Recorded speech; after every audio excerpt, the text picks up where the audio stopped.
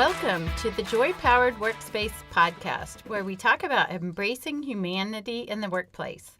I am Jody Curtis, owner of Purple Ink, and here with me is Susan White, a national HR consultant. Today we are going to explore the topic of engagement. Each month, you know, Susan, I'm a big fan of Gallup, and each month the Gallup organization measures engagement on a national and global basis. And consistently, they've done this for at least 20 years and probably longer. Consistently, they have reported that only about a third of employees are engaged. By the way they describe engagement is employees who are involved in, enthusiastic about, and committed to their work.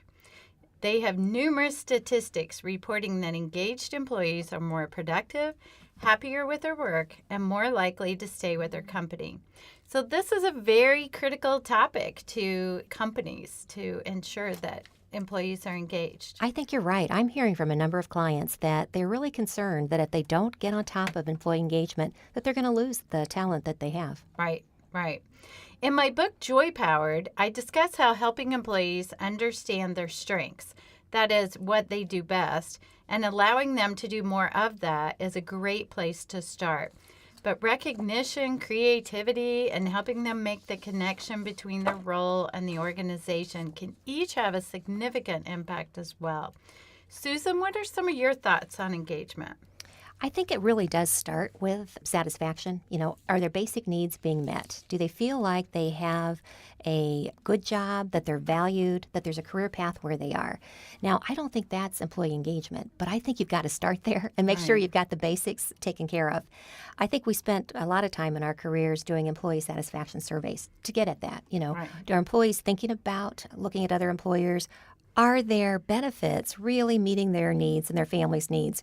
And so we spent a lot of time doing that, but I don't think we really even had thought about how engaged are they? Do they really believe in our mission? Do they really identify themselves with this organization? And so I think this is a really important topic for us to be talking about today, and I'm so glad that we're going to have an expert come in. Yes. And not only is it difficult to have and keep engaged employees, but how do we even know when they are engaged, right? And this concept of measuring the engagement. So today we brought on a special guest who is a subject matter expert on this topic of engagement. Her name is Nikki Llewellyn. And Nikki is the head of partnerships for Amplify. And they have found what I think seems like a really simple way to measure engagement.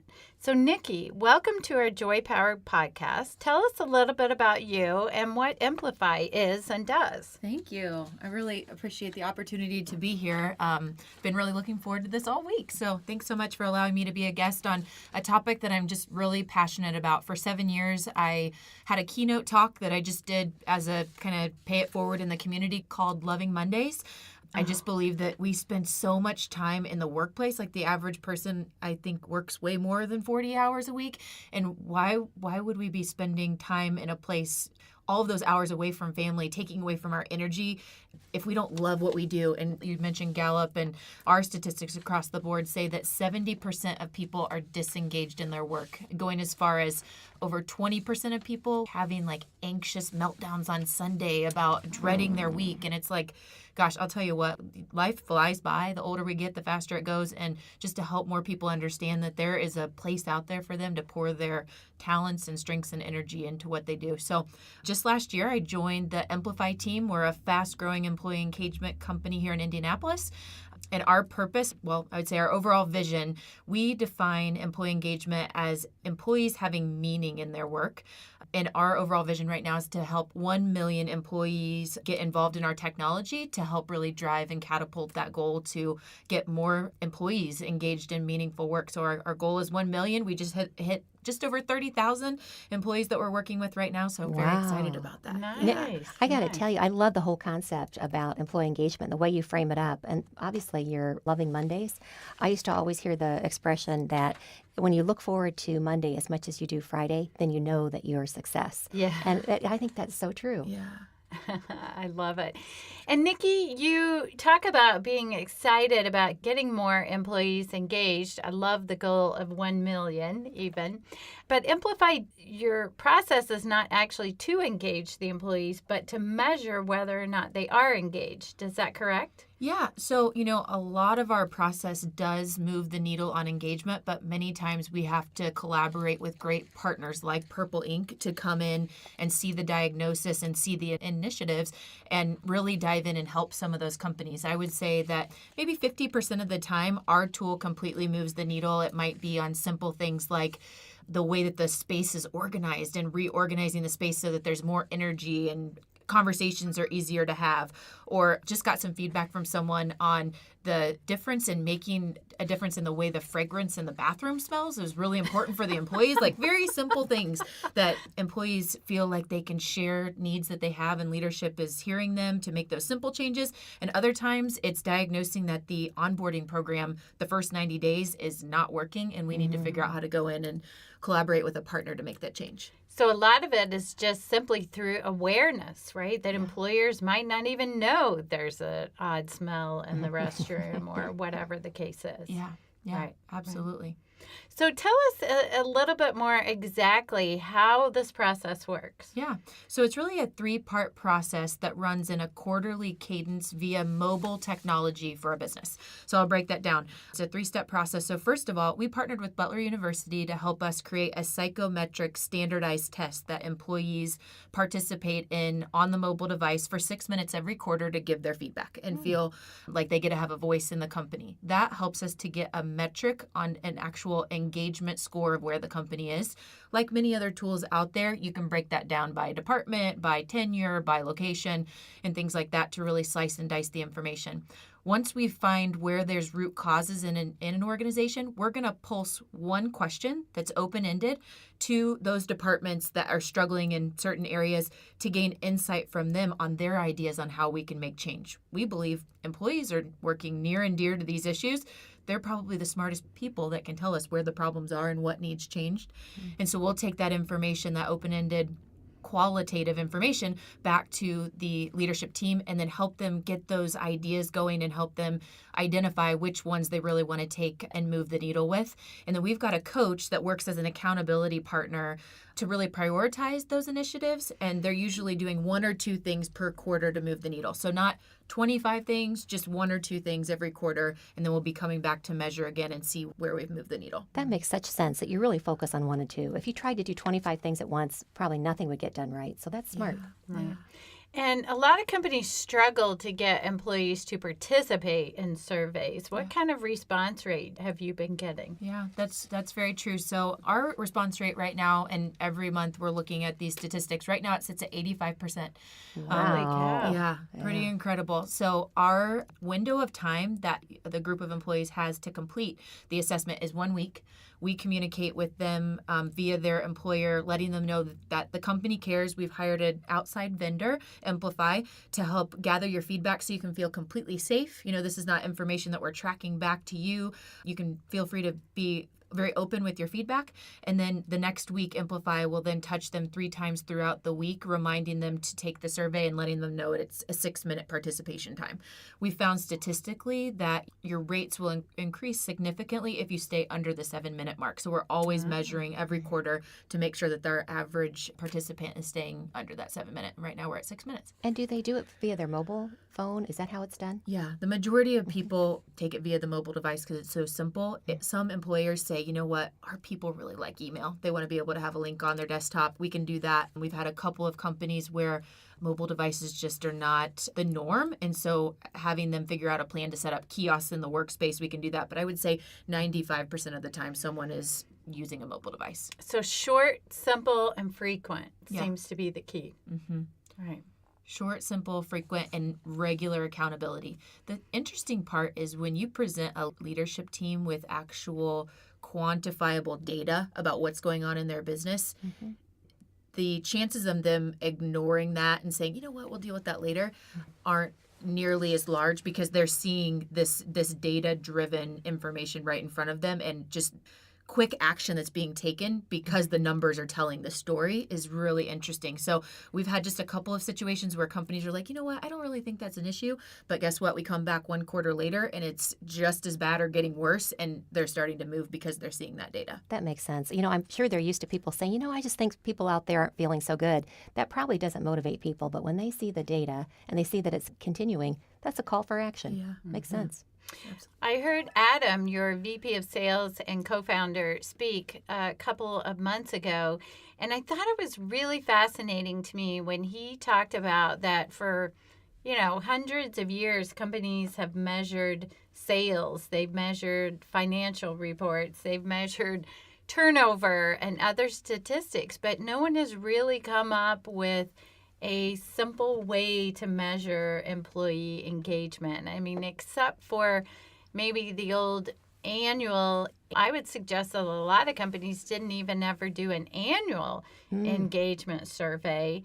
But now you've got some real hard facts and numbers that you can provide to business owners and leadership teams on a regular basis. Yeah, absolutely. I think, you look at every area of your business and you have numbers that represent what's going on, and you can track back and figure out where the challenge areas are.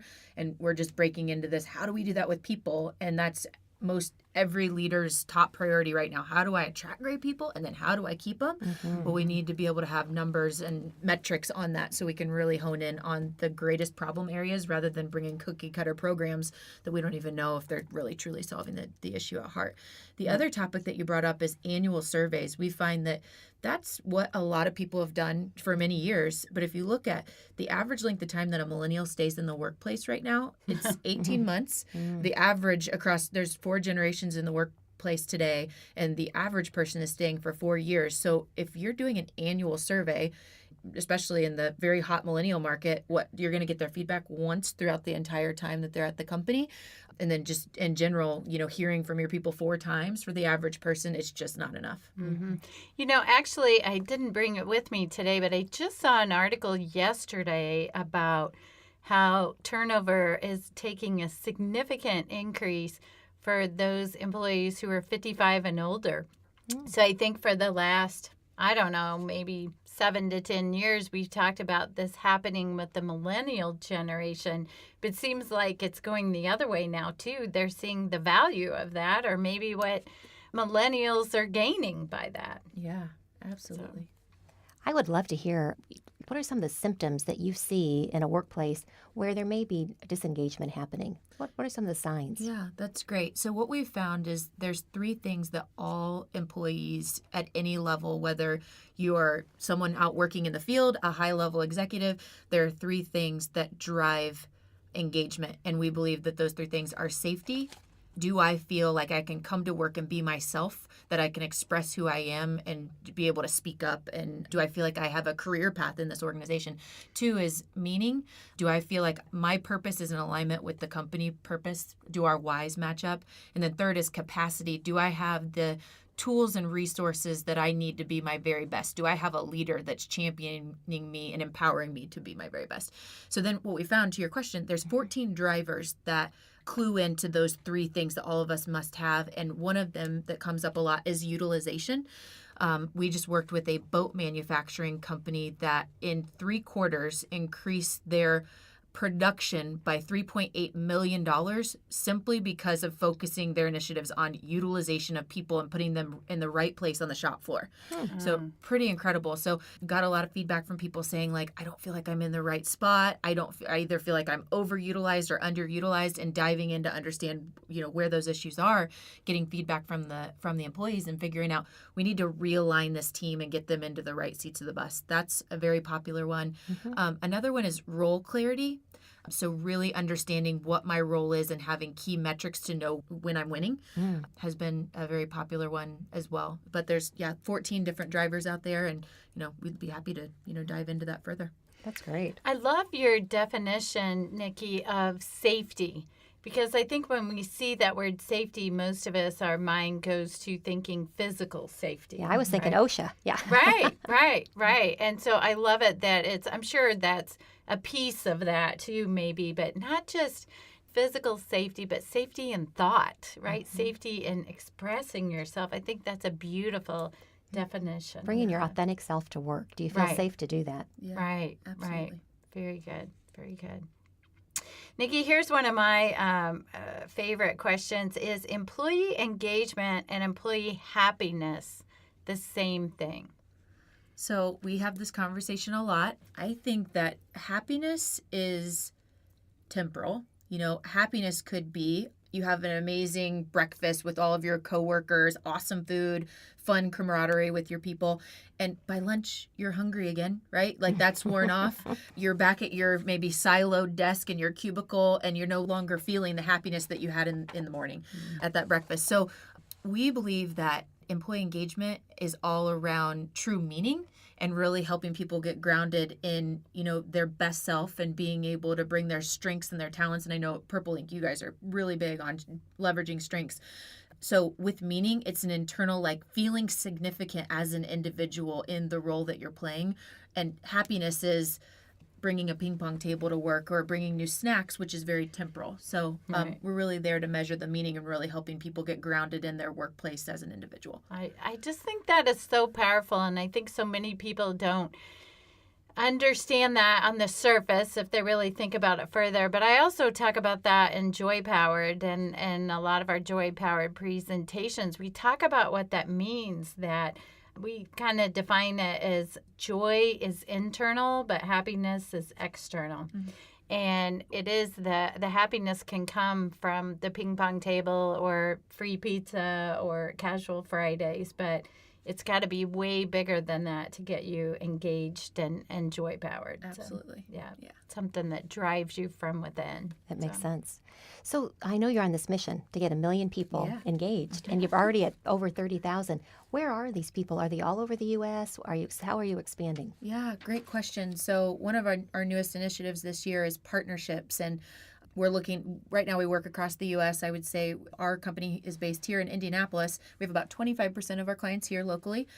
Definitely looking to grow that, but other than that, we're across the nation and looking to partner with professionals that can really help get in and move the needle with these companies, that we're able to uncover issues and give them an accountability tool and a regular cadence to be able to make change. Who are these people that are already working in these companies that their practice could grow and they could do deeper work if they had a diagnostic tool to really see what's going on and to be able to measure that regularly? So HR consulting firms, executive leadership firms, you know, CEO roundtable leaders, those kinds of things are really where we're putting our effort across the nation to align ourselves as partners. So we have a technology that's integrated into their business that makes them win with their clients. That's terrific. Yeah. Nikki, do a lot of your clients use your process, say for, a year or 18 months, sort of see the trends and then think, okay, I don't need this anymore? You know, we hope that never happens, but we haven't experienced that yet just because we are so new. Most of our first clients are now just in their second year. We had a 99% renewal rate on our first year. So that Wow. says some pretty awesome stuff. We celebrated that at our last company gathering. But I would say that it almost gets addictive, like because we're running in the background of the organization every quarter and you're gaining more and more insight on what's really going on. I really feel like leaders that might be a little bit skeptical in the beginning, they're like, yeah, we need to do something. Okay, Amplify seems to be a great tool. We win them over after that first or second results presentation where they're seeing like the real deal of what's going on in the organization. And then they get to watch things move forward. They get to watch turnover go down. They get to watch their culture come alive.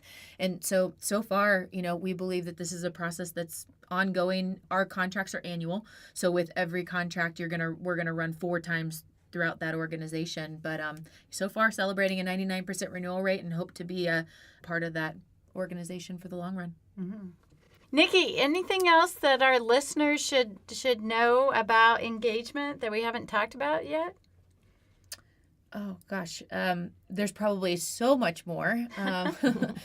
I would say, if you're a business leader and you don't have a priority right now on your people and developing a strong culture, unemployment is so low. I just heard, just this week, it's at 2%. It's a Right. war on talent, finding the best people. And there are so many organizations that are going above and beyond to create workforces of meaningful work for their people.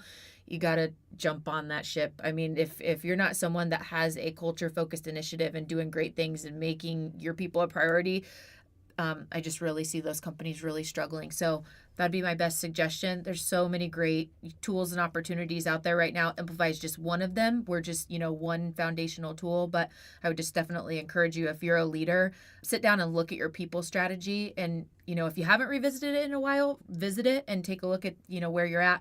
If you don't have one, put one in place. Mm-hmm. I think that's great advice. Yeah. And where can our listeners go to find out more about Amplify? Yeah, absolutely. You can visit our website, amplify.com, many client success stories, case studies. Actually, we have a gentleman on our team, Luke. He's awesome. He's actually on there live all day, every day. So you can chat with Luke and set up a time to meet with us and have a conversation. And just to be clear, you spell Amplify, EMPLIFY.com. Perfect. Very, very you. good. All right. And do you have a Twitter handle too? Yeah, for at Amplify. At Amplify. Very simple. Just like your tool. Yeah. Short and simple to use. So, well, thank you so much for coming, Nikki. It's been a pleasure to have you here and to learn more about engagement. Thank you so awesome. much. Thank you. So, Jody, do we have any listener email or phone messages? We do. In addition to being able to call us on the Joy Powered Podcast hotline, listeners can send us questions and topics via Joy Powered on Facebook or Twitter. So here's a recent one we received from Paul in Northern Indiana. Paul says, I've been in my current role for 3 years and I don't have a job description. I've talked to some of my peers and to my manager about this, and no one else seems concerned. They think, if I know what my job is, why do I need it written down? In my previous positions, I always had a job description, so to some extent, it's just a comfort for me to have it. But I'm not sure how to articulate the importance of having one to my manager. Can you help me, or what are your thoughts? Hey, Paul, I have to tell you that I'm not 100% convinced you need a job description either. I would need to know how large of a firm you're with, how much infrastructure's there. Do you have performance reviews that are tied to goals? How are your rewards working? I think all that's important to think about. If you're in a culture where people are learning each other's jobs all the time, that you are a really mobile, fluid work team, it may not be critical that you are in a box. Now, on the other hand, there could be real reasons to have one. Jody, what's your thoughts? Well, our recommendation on the employer side is always to have one. I agree with you from Paul's perspective, may not be all that important, but we encourage employers to have them so that when they're recruiting for the position, they've got at least the position well defined to think about what do they need in this role, what kind of skills, educational background requirements they need, so that they're not trying to create that all of a sudden at the time they might be in a panic to hire someone. And then you mentioned performance reviews as well. Honestly, I think a lot of companies don't necessarily connect the two, but if they did accurately connect the two, it'd be easier to measure performance by understanding what is the true responsibility of the position. Sure. It can also, by having a job description, can make it significantly easier for companies to market price positions by looking at market studies on compensation so they can match up key roles to defined descriptions on comp studies.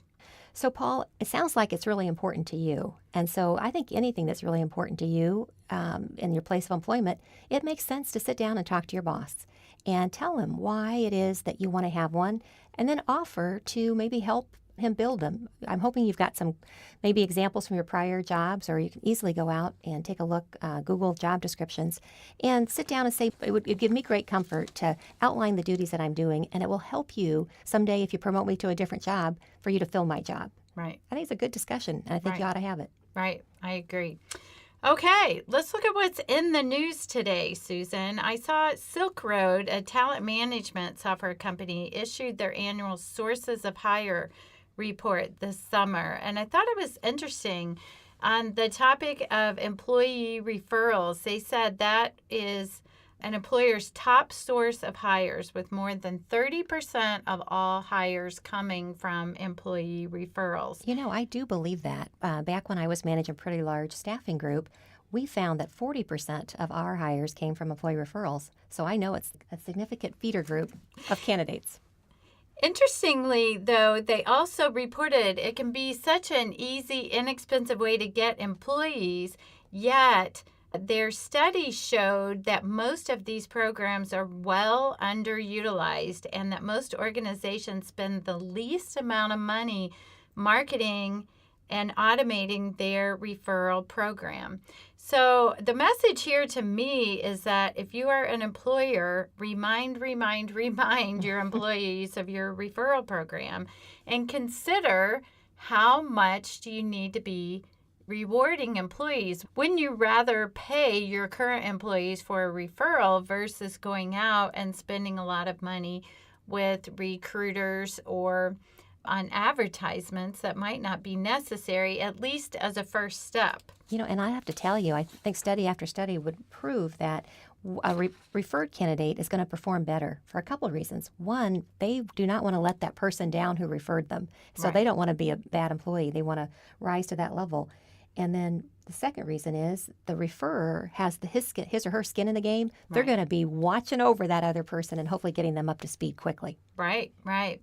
And if you are an employee, we encourage you to find out about what your program is. How can you be rewarded for that? And recommend some top-notch candidates and earn some money for doing it. So please tune in next time. Thank you for listening today. If you have missed any of our podcasts, you can catch all episodes for free on iTunes or Podbean or Google Play by searching on the word Joy Powered, all one word. If you have questions on any HR topic, you can call us at 317-688-1613 or give feedback on our podcast via our Joy Powered Facebook account or on Twitter at Joy Powered. We welcome listener questions and comments. Thanks so much.